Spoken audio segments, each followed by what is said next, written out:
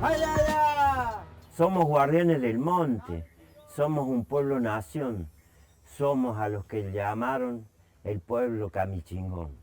Desde hace miles de años caminando estas tierras, muchos desaparecieron, pero la sangre aquí está, aquí está, aquí está y siempre estará. Y yo con orgullo me autorreconozco lo que me dijo mi papá. Ustedes son como chingones y han tenido en la familia, dice, importantes curacas, casi que decía él. Así que siéntanse orgullosos, no tengan miedo. Eran 8.000 hectáreas las tierras de la comunidad Camichingón del pueblo de La Toma. Luego, cuando se desarticularon las tierras, ya habían previsto hacer una cuadrícula, la cual se llamó el pueblito de La Toma.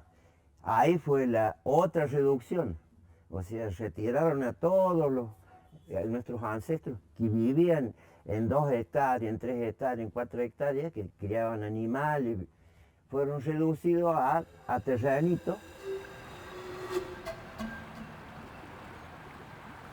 Y mi abuela Mercedes, que no la conocí, ella era la bandera de las monjas catalinas y lavaba la ropa en el río. O sea que ha sido muy importante el río, ¿no? Para esa época, concretamente en 1886, un decreto del gobierno prohibió a las lavanderas del Suquía, que eran del pueblo de La Toma, sí, que siguieran lavando en el río. Ropa, ¿sí? Sí, fue una de las medidas de represión para desalojarlos de aquí. Somos originarios urbanos, porque vivimos en la urbe. Hay otros hermanos que son campesinos, hay otros que son rurales, hay otros que viven en la montaña. Y bueno, que estamos vivos, que estamos presentes. No somos los descendientes de son los que vinieron de allá de Europa. ¡Camichingón! ¡Marichingón! Y abrimos este tercer bloque con las voces muy potentes de Hugo Ferrer Acevedo, Teresita Villafañe, curacas de la comunidad comechingona, que cuentan un poco lo que es ese pueblo La Toma, y para eso también lo vamos a sumar en este bloque a Pablo Reina, que es historiador, docente de la Universidad Provincial de Córdoba, de Licas. ¿Cómo andas, Pablo? ¿Cómo andas? ¿Qué tal? Muchas gracias por venir. No, por favor, gracias a ustedes. Bueno, a ver, recién lo veíamos a Hugo que marcaba en esos planos, en esos territorios, cómo se fue dando la evolución, o podríamos decir la evolución, no, digamos, la manera en que se fue desplazando a quienes estaban por estas tierras en lo que eran esas reducciones, que bien quedó prácticamente envueltas por la ciudad de Córdoba, ¿no? Sí, particularmente en el pueblo de La Toma se expropiaron a finales del siglo XIX más de 8.000 hectáreas, pero en conjunto se expropiaron más de 100.000 hectáreas a partir de dos leyes muy precisas, una de 1881 y una de 1885, en el marco de lo que es el juarismo en Córdoba, es decir, el liberalismo. Y las leyes estas planteaban la expropiación de las tierras de las comunidades indígenas, ¿sí?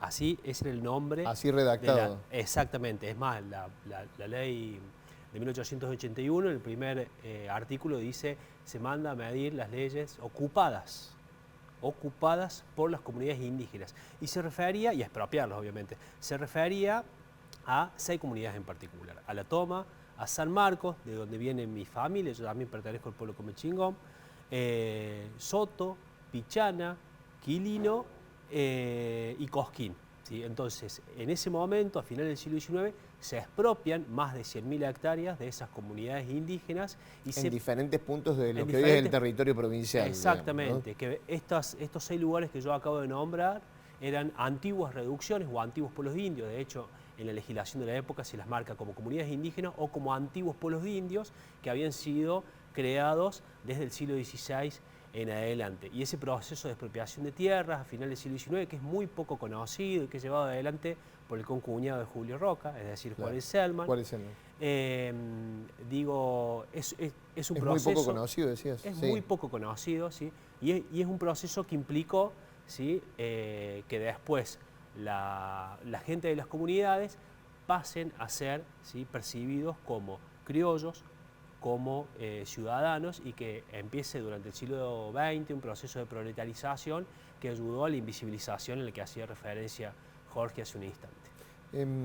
Para aquel que no sepa muy bien de qué se trata, expliquemos lo que eran esas reducciones, Pablo. Sí, cuando empieza el proceso de la conquista, ¿sí?, se dan tierras en encomiendas, es decir, a los empresarios encomenderos se les asignan tierras y se les asignan mano de obra indígena, ¿sí? Pero después, como el maltrato era muy fuerte, lo que sucede en Córdoba, que nosotros tenemos que pensar que la administración cordobesa estaba bastante alejada de lo que era el poder virreinal en el siglo XVI, por lo tanto había muchos abusos por parte de los encomenderos. Hay una serie de legislaciones que plantean que los pueblos se los tiene que reducir, ¿sí? Y ahí se crean estos pueblos de indios. Y ahí entra todo un sistema que yo he denominado etnoburocrático, en el que se crea la figura del alcalde indígena, del regidor indígena, del curaca. No es casualidad que el pueblo de la Toma y en algunos de los pueblos de indios se le llame curaca a las personas, pero en realidad es una autoridad andina. Acá el nombre tradicional del pueblo camiare comechingón es Naure, Navira, Nahuán. Y a partir de ahí, bueno, empieza todo un proceso de evangelización, de conquista, y se crean estas reducciones indígenas que perviven, ¿sí?, durante el siglo XVI, XVII, XVIII y XIX hasta el momento de la legislación que nombramos hace un instante. Lo veíamos a Hugo recién en el tape, Jorge. También hablando sobre eso, de lo que vos cerraste el bloque anterior, hablando sobre no esa propiedad de la tierra, sino el amor a la tierra. Y lo veíamos a Hugo hasta último momento siempre reivindicando. A Hugo, que también se reconoció de grande como originario, ¿no? Sí, él desde chiquito dice que él sentía, o sea, que él era indio. Dice que una Córdoba, estoy hablando del año 1950, habrá sido niño él, que era todo monte, barrio Alberdi. Él dice que se disfrazaba de indio cuando jugaban en indios o vaquero, porque después en las películas salía eso. Claro. Él siempre quería ser indio, no quería... Y siempre cuando él quería hacer algo, porque él se sentía indio, el carnaval, ahí él largaba, porque mi abuela le negaba, o mi abuelo también le negaba el hecho de, por ejemplo, llevar el pelo largo. Él sentía que quería llevar el pelo largo y agarraban y le pedían que se cortara el pelo, y si no, presionaban. Él también creció, pasó su vida de adolescente. Cuando fue joven, él fue trabajador de la empresa Perkins, y él también ahí se relacionó con los otros trabajadores justo cuando vino esta época del proceso militar. La dictadura cívico-militar. La otra vez me habían invitado a una casa que está la imprenta Mateus. Justamente él recibía las revistas que salían de ahí y las distribuía entre los compañeros, hacía esa cosa. Él siempre fue lucha, o sea, siempre respiró la lucha, y mi abuelo, mi abuela, y más después cuando se vino, él siempre hablaba de una persona que dice que a él le salvó la vida, que se llamaba José Apontes. Sí. Que él agarró y le dijo: mira, se va a poner feo, dice, no tengas más revista, no, sácate todo de encima y vos no sabes nada. Y esa persona él siempre la recuerda porque está desaparecida. Es una de las 7 personas que fueron trabajadores de la empresa Perkins y que desaparecieron en dictadura. Sí, un luchador de toda la vida. Claro, Hugo, de toda la vida. Y luego, después, cuando mi abuela fallece, empezamos nosotros él empieza a conocer a Horacio Saravia, a relacionarse con la comunidad, y la comunidad los reconoce. Buscamos por ahí los linajes, y nosotros somos él sería tataranieto de Lino Acevedo, yo sería el chosno. Y bueno, y desde ahí surge el proceso de aprender a ser originario, encontrarse con esa identidad, ir a las escuelas, y contar la realidad de lo que hemos... Y reconocer un poco en ese territorio las marcas que habían sido tapadas. Mira, les voy a mostrar a los dos en esta casa. Realizaban un programa los compañeros de Canal U con la Facultad de Arquitectura, Urbanismo y Diseño, Bitácora Urbana. Y en esos apuntes sobre el desarrollo histórico de Córdoba entrevistábamos a Cristian Gabriel Terreno, que habla justamente sobre lo que hacías recién reseña vos, Pablo, esta cuestión del desarrollo de la ciudad como negocio, aquel momento en donde se desplazó a las comunidades, ¿para qué? Para desarrollar esa ciudad colonial y ese avance. Lo vemos y lo charlamos acá.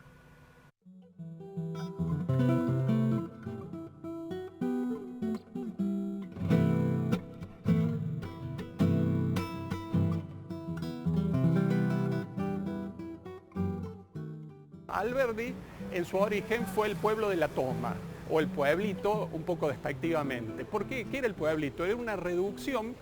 La opción que tenían los españoles para los aborígenes era reducirlos en un ámbito y encomendarlos a una tarea. En este caso, la tarea que se les encomendó a los aborígenes fue el mantenimiento de la acequia que traía agua hacia la ciudad, ¿no? La toma y la acequia que llegaba hasta el Paseo Sobremonte y de ahí se distribuía al resto de la ciudad. Y durante 200 años tuvieron propiedad comunal de esas tierras. Y obviamente cuando esta Córdoba de 1870 se empieza a modernizar, y frente al proyecto de transformación que se plantea Juárez Celman, los cercanos a Juárez Celman empezaron a ver esto como un gran negocio, ¿sí? O sea, esto es importante porque la idea de la ciudad como negocio inmobiliario arranca en Córdoba en 1870. El Estado va a transformar esas tierras comunales en propiedad privada. Le va a asignar una pequeña porción a la gente que había vivido en ese lugar durante 200 años. Y el resto se va a expropiar y se va a rematar. Y los que van a comprar esos van a ser todos los cercanos al círculo juarista. En 5 años llegan las obras de irrigación, esa tierra que era una tierra pobre, seca, se transforma en un vergel y se la venden a los inmigrantes. Y en el lapso de 10 años, Cristina Bolsados, una investigadora de la universidad, se ha verificado que los montos aumentaron 10 veces, ¿no? O sea, el negocio fue redondo. Ahí el arquitecto marca esa modernización y que para nosotros que estamos en una sociedad capitalista que tenemos naturalizadas ciertas cosas, quizá no lo vemos, pero me quedo con eso que dice la transformación de lo que eran tierras comunales a terrenos privados, ¿no? Un gran cambio, ¿no, Pablo? Sí. Lo llamativo de esto es que no sucede. A ver, María Cristina Boixador ha examinado muy profundamente lo que es el proceso en la ciudad de Córdoba y la expropiación de la toma y la creación de 18 loteos a finales del siglo XIX. Esto también sucedió en estas otras reducciones que yo nombraba hace un instante, en Marcos, en Cosquín, etc. De hecho, lo que me parece también importante señalar, en algunos lugares había personas, pongo el caso de Cosquín, ¿sí?, que en 1817 habían comprado, gente de la comunidad, ¿sí?, liderados por el cura Simón Quintero, habían comprado sus propias tierras, más de 2.000 hectáreas, a la orden de los padres Belermos, 1817, o sea, un año después de la declaración de la independencia, ¿sí?, claro, viendo que se venía todo este avance inmobiliario y que las ciudades, pensemos que Villa de Cosquín después se va a transformar en una ciudad muy importante desde el punto de vista turístico. Esta gente en 1817, comuneros y comuneras, decían comprar sus propias tierras, ¿sí?, generándose así un título de propiedad comunitaria inédito en Córdoba, 1817. Hoy, los herederos de esa situación, familia Ortiz, familia Bustos, Puello, Altamira, Díaz, están en proceso de comunalización, ¿sí?, y por allí hoy está pasando la autovía de Punilla, ¿no? Y digo, pensar en procesos modernizadores a finales del siglo XIX es también equiparable con el presente. Uno piensa en los procesos modernizadores de la actualidad, ¿sí?, alejados de la ciudad de Córdoba, pensemos en Cosquín, y cómo está pasando una autovía, ¿sí?, por un lugar a donde está protocolizado un título de tierras comunitarias indígenas, ¿sí?, que en este momento uno lo puede hacer la consulta en el archivo histórico de la provincia de Córdoba. También son cuestiones inéditas y digo, se han ido generando derechos sobre el territorio, no solamente en la época colonial, como señalamos hace un instante, con la asignación de tierra a pueblos indígenas, a los pueblos indios, sino también durante el periodo republicano, ¿sí? Y esto me parece que es importante recalcarlo porque ese proceso modernizador, si bien y de urbanización y de transformación del paisaje y de adquisición por parte de la élite cordobesa finisecular, uno lo puede ver profusamente en Córdoba, pero también lo podemos ver en otras territorialidades donde hay presencia indígena. A veces parece que lo tuviéramos lejos, ¿no? Pero se reactualizan esos conflictos. Jorge, Pablo, muchas gracias por haber estado en este 40 de Argentina en Democracia. Me quedan 10 segundos, pero podés sintetizar lo que querés decir. Nosotros estamos luchando por la devolución de una casona que está ubicada en León Pinelo 32. Esa casona que veíamos recién en el tape, sí. Esa casona era de Belisario Villafañe, un cacique, y nosotros estamos pidiéndole al Estado provincial que la devuelva porque la apropió la dictadura militar y al Estado provincial le pedimos que no avale algo que hizo la dictadura militar. Más teniendo en cuenta un reconocimiento así. Hace muchos años que viene esta lucha del reconocimiento del pedido de la casona. Sí, por eso nosotros nos reunimos todos los lunes a las 16 en León Pinelo 32, por eso a todas las vecinas y los vecinos están invitados. Muchas gracias a los dos por haber sido tan claros. Nosotros nos vamos a la última pausa en este 40 de Argentina en Democracia. Ya venimos.